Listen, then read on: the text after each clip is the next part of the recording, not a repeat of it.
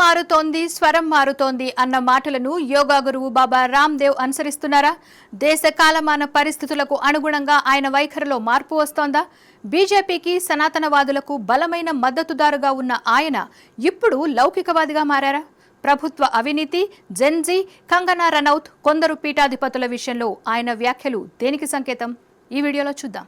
యోగా గురువు బాబా రామ్దేవ్ కొద్ది రోజులుగా తన వైఖరి మార్చుకున్నట్లు కనిపిస్తోంది.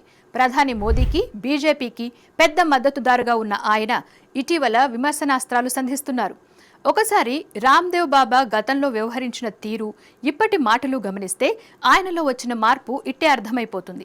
దేశ్ మే న హిందూ ఖతరే మే హై, న ముసల్మాన్, న సిఖ్, న ఈసాई, న जैन, न बौद्ध, न ब्राह्मण, न क्षत्रिय, न वैश्य, न शूद्र, न दलित, न आदिवासी, न वनवासी, न SC ST। देश में खतरे में है देश का बचपन, देश की जवानी, देश का वर्तमान और देश का भविष्य, देश की प्रकृति, देश की संस्कृति और सभ्यता, देश की अखंडता और संप्रभुता। 2011లో అన్నా హజారే సారథ్యంలో చేపట్టిన అవినీతి వ్యతిరేక ఉద్యమంలో రామ్దేవ్ కీలక పాత్ర పోషించారు. నాటి యూపీఏ ప్రభుత్వాన్ని గద్దెదించడంలో ఈ పోరాటానిది కీ రోల్. ఆ తర్వాత 2014లో అధికారంలోకి వచ్చిన మోదీ ప్రభుత్వానికి రామ్దేవ్ అనుకూలంగా ఉంటూ వచ్చారు. అయితే ప్రస్తుత పరిస్థితుల్లో ఆయన నేరుగా కేంద్ర ప్రభుత్వంపైనే విమర్శలు గుప్పిస్తున్నారు. దీంతో సోషల్ మీడియా, రాజకీయ వర్గాల్లో ఆయన బీజేపీకి వ్యతిరేకంగా మారుతున్నారా అనే చర్చ జోరుగా సాగుతోంది. ఆగస్టు 15న హరిద్వార్లోని పతంజలి యోగా పీఠ్లో జరిగిన స్వాతంత్ర దినోత్సవ వేడుకల్లో రామ్దేవ్ సంచలన వ్యాఖ్యలు చేశారు. चारों तरफ देश में हंगामा है।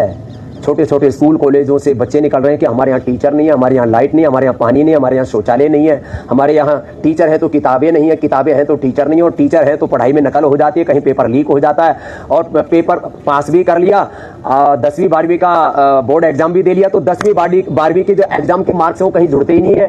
कॉम्पिटिटिव एग्जाम्स के आधार पर ही आगे यूनिवर्सिटी में सिलेक्शन होता है, और उसके बाद में फिर जो है जब कहीं नौकरी की बारी आए, खास करके गवर्नमेंट जॉब्स में इंटरव्यू के दौरान 90 से 99% घोटाला होता है। अपने विचार, अपने संस्कार, अपने संगठन, अपने ही जाति वर्ग समुदाय के लोगों को ठोक लेते हैं और बाकी को बाहर धक्का मार देते हैं। దేశంలో విద్యా సంస్థల్లో కనీస సౌకర్యాలు లేవని, పరీక్షల్లో చీటింగ్, పేపర్ లీకేజీలు విపరీతంగా పెరిగిపోయాయని ఆయన ఆరోపించారు. ప్రభుత్వ ఉద్యోగాల ఇంటర్వ్యూల్లో 90 నుంచి 99% వరకు అవినీతి జరుగుతోందని, కులం, మతం, డబ్బు ప్రభావంతోనే ఎంపికలు సాగుతున్నాయని తీవ్రమైన వ్యాఖ్యలు చేశారు. ఒక ఉద్యోగం కోసం ₹1 వరకు లంచాలు అడుగుతున్నారని, ఇది రాజ్యాంగానికి విరుద్ధమని అన్నారు.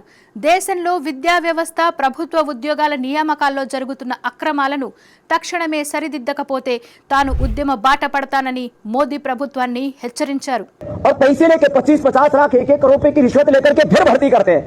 ప్రభుత్వం పద్ధతిని మార్చుకోకపోతే విద్యార్థులు, యువత మళ్లీ రోడ్డెక్కుతారని, ఈసారి వారికి మద్దతుగా తాను రంగంలోకి దిగుతానని స్పష్టం చేశారు. మరోవైపు ఇటీవల జెన్జీ నిరసనల నేపథ్యంలో బీజేపీ ఎంపీ కంగనా రనౌత్ యువతను చెత్తతరం అని అర్థం వచ్చేలా గట్టర్ జనరేషన్ అన్న వ్యాఖ్యలు చేశారు. దీనిని రామ్దేవ్ బాబా తీవ్రంగా ఖండించారు. దేశ యువతను అలా మాట్లాడటం ఆమె వికృత మనస్తత్వానికి నిదర్శనమని, ఆమె వ్యాఖ్యలపై బీజేపీ అధిష్టానం తగిన చర్యలు తీసుకోవాలని డిమాండ్ చేశారు. అలాగే బాగేశ్వర్ ధామ్కు చెందిన ధీరేంద్ర కృష్ణ శాస్త్రి, జగద్గురు రామభద్రాచార్య వంటి ప్రముఖ హిందూ మత పెద్దలు, పీఠాధిపతులు, ముస్లింలు పాకిస్తాన్ను ఉద్దేశించి చేసిన వివాదాస్పద ప్రకటనలను రామ్దేవ్ బాబా తప్పుపట్టారు. మతాల పేరుతో సమాజంలో చీలికలు తెచ్చేలా ఒక వర్గాన్ని లక్ష్యంగా చేసుకుని మాట్లాడటం సరికాదని ఆయన స్పష్టం చేశారు. डीएम का घेराव कर ले, छोटे बच्चों को आंदोलनों में नहीं धकेलना चाहिए, पूरी दुनिया में कहीं नहीं होता। अभिभावकों का उत्तरदायित्व है बच्चों के लिए, और जब बच्चे एडल्ट हो जाते हैं तब उनको अपने अधिकारों के लिए संघर्ष करना चाहिए, और अपने कर्तव्यों के पालन के लिए भी प्रतिबद्धता उनके अंदर बढ़नी चाहिए।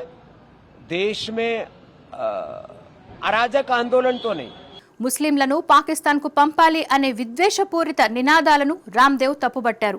భారతదేశంలో హిందువులు, ముస్లింలు, క్రైస్తవులు, సిక్కులు ఇలా ఏ మతానికి చెందిన వారు ప్రమాదంలో లేరని, అందరూ ఇక్కడ సురక్షితంగా జీవించే హక్కు కలిగి ఉన్నారని స్పష్టం చేశారు. మతపరమైన నినాదాలు గుర్తింపుల కంటే దేశ పౌరుడిగా బాధ్యత, వ్యక్తిత్వం, క్రమశిక్షణ, జాతీయ ఐక్యతలే అత్యంత ముఖ్యమైనవని ఆయన పిలుపునిచ్చారు. అయితే ఈ పరిణామాల ఆధారంగా బాబా రామ్దేవ్ ఏదో బీజేపీ వ్యతిరేక పార్టీలకు దగ్గరవుతున్నారని చెప్పలేం. ఆయన కేవలం ఒక పార్టీకో లేదా ఒక నిర్దిష్ట సిద్ధాంతానికో పరిమితం కాకుండా దేశ ప్రయోజనాలే పరమావధిగా తన స్వరాన్ని వినిపిస్తున్నట్లు కనిపిస్తోంది. అయితే ఆయన ప్రశ్నించే తీరు, బీజేపీపై పదే పదే విమర్శనాస్త్రాలు సంధించడం కొనసాగిస్తే మాత్రం రాబోయే యూపీ ఎన్నికల్లో ఆ పార్టీకి డ్యామేజ్ తప్పదు.